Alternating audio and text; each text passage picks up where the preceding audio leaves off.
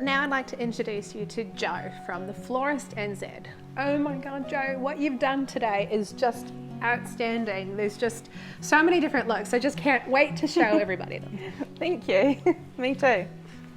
Joe, I know with floristry, you can go from such extremes, from really subtle and next to nothing in the way of floral to really elegant and full on, and I love your wild style too. So tell me how you do all of that and how you work with a couple to make it all work. First of all, I find out from the couple what their colour scheme is and the style they're after. And I do love wild.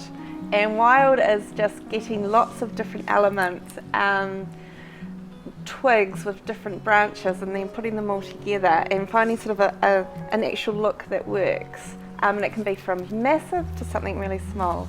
But I also love the more elegant and sort of sedate look with very simple flowers only rather than lots of foliage. So I love how the brides come to me with so many different looks, and then I sort of have to come up with something within what they've chosen as what they like. So they may give me 8 photos and I then take all 8 and then combine them into one thing, which is so much fun. But the colour scheme is very important. Trying to pin that down, your colour scheme is where I end up working out what I need to get and where I go. And how much do the seasons really impact what you're actually able to get? Well, that's a big factor. So when you're planning your wedding and you have a particular flower in mind, make sure you choose the season when it's actually going to be available.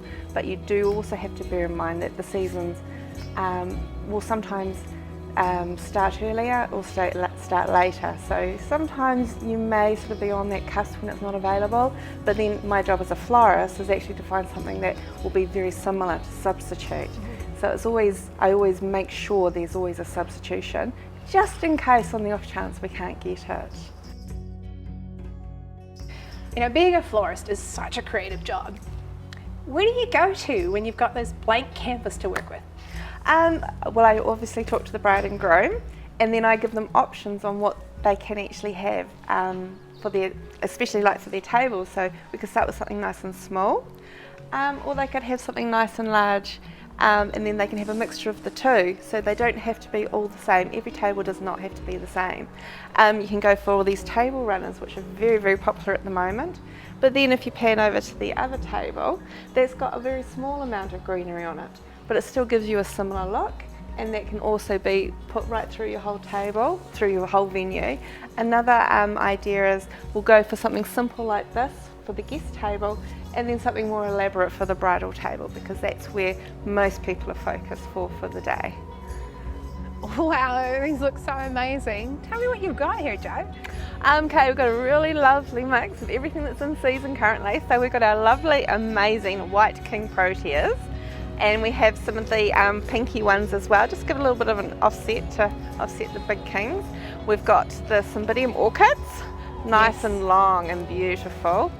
There is stock, just sort of highlighting the white and sort of keeping the shape, and then we've got roses and spray roses within there, eucalyptus, which is one of the favourite foliages at the moment, bit of magnolia to give it a bit of green, and then there's some actual twisted willow in there to give it a bit of shape. Wow. Wow.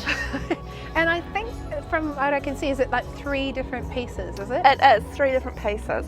So they're sort of, this side is sort of angling up like that, and then that one's coming in like that. So there's all sorts of options with arches. You can have round arches, triangle arches are very popular with toy in them, so going for a real rustic sort of dried flower type look. And that's something else you can keep in mind is if you love king proteas and they're not in season when you're having your wedding, dry them.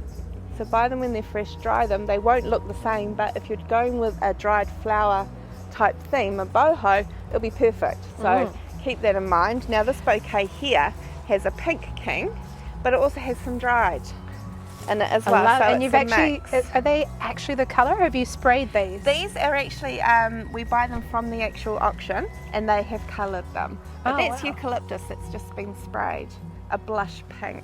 It looks so cool. It just Yeah. brings those colours right through into that foliage as well. And then you got your lovely roses. Now your one My one. has got your roses again with some lisianthus. I love using the spray roses too to give you lots of different sizes.